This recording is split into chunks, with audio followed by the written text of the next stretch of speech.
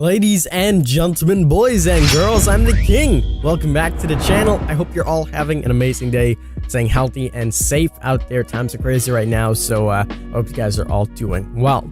In today's video, we are going to be talking about something else that was a little bit overlooked in the Dead by Daylight 4th-year anniversary stream.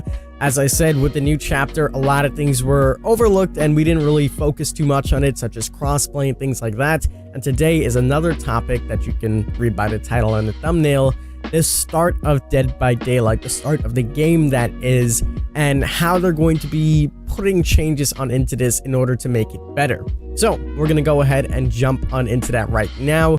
Before we go ahead and do this, as always, we are currently live on Twitch, so if you guys want to come ahead and show your support, the link will be down in the description. We're still pushing for partner, so it'd mean the world to me. Anyways, let's talk about what's going to be happening. The way they described it was that for the start of the game, they're going to have something that's similar to endgame collapse, in the sense that when endgame collapse comes, it forces survivors to leave. It just makes the game end faster. If you remember, before endgame collapse was actually in the game, survivors could literally wait at the door as long as they want, and then killers would have to force them out. And at special rare times, some survivors even just kind of held the game hostage. They would hide in lockers and the killer would never be able to find them. They'll be last alive and things like that. Or even think about even before that, when the hatch wouldn't open and, you know, there's one survivor left alive, they have to fix 4 gens. If the killer wanted, they could have stayed AFK, do nothing, and the survivor would be forced to fix all the gens and then open the gates, wasting their own time. As we know, in Dead by Daylight currently, this is kind of different. Once the game starts, everybody's off doing things, and that's more of the problem that's currently going on. As we know, we spoke about this many times, gen speeds are pretty fast, but they have done an amazing job at fixing up gen times, and killers have adapted onto putting pressure more late game rather than early game. But because of this, we now see an influx in perks such as Blood Ward and No-Ed, things like that, for some of the killers just to have a little bit of a safety net. And you know, sometimes that can be unfun.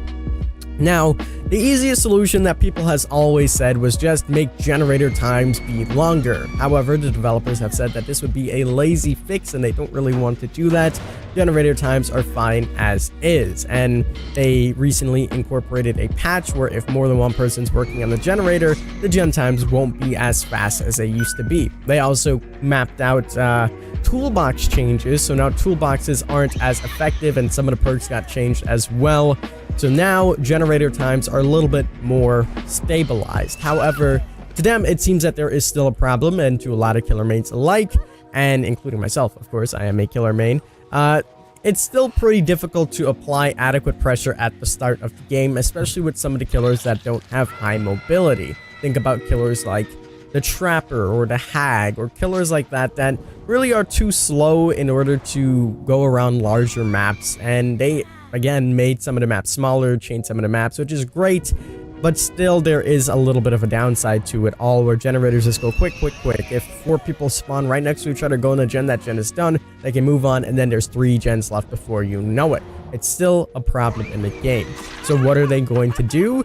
We don't actually know, but they did say that they are going to incorporate something on into the game that is similar to endgame collapse, in the sense that maybe all gens will start off corrupted. Think about corrupt intervention, and over time it would go down. I don't know, some crazy fix like that.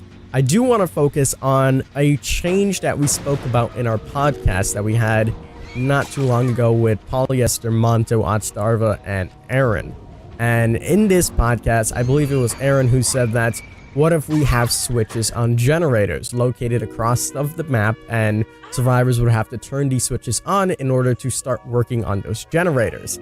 I think this is a brilliant idea. I think this is something that they could incorporate, and it would work so fabulously in the game. And before you think, oh man, if I want to work in this gen, I gotta go find a switch, yada yada yada, it would be scattered around the map in any location, and you could potentially just spawn right next to them, and you would just flip the switch, and that's pretty much it. Whatever correlating gen that's at, you can go to it. Or it doesn't have to be switches to every single gen. It can be switches to a specific area of the map, you know? This would be quite easy to do, and it would make the survivors actually have to turn these switch ons before they work on the gen. So if 4 people spawn together, they can't instantly go on the gen. They have to find the switch, and typically the switches should spawn really far away from where the generators are at, and that way they would have to turn it on, and then they can work on the gens, which is essentially something just like endgame collapse. Instead of the timer going shorter, the timer's going longer, and you would have to do something else in order to do that. That way, gen rushing and the pressure at the start of the game won't be as, you know, dictated as it is now. And I think this would be an amazing fix that they can incorporate. However, as I said, we don't actually know when this is going to come out. We don't know what this entails. We don't know what the plans are for this, so we'll have to wait and see. Let me know in the comments some ideas that you have that could go with this start game collapse. I don't really want to call it start game collapse because we're not collapsing anything. I guess start trial something, I don't know. But let me know in the comments, do you even think that we need something like this in the game? Let me know. I would love to hear. As always, I'm the King. If you did enjoy, make sure you do subscribe down below for some more Dead by Daylight content. Leave a like as well if the video was enjoyable. We also have a giveaway going on if you want to take part in that, which will be covering 10 DLCs for Pyramid Head, so feel free to enter that down below.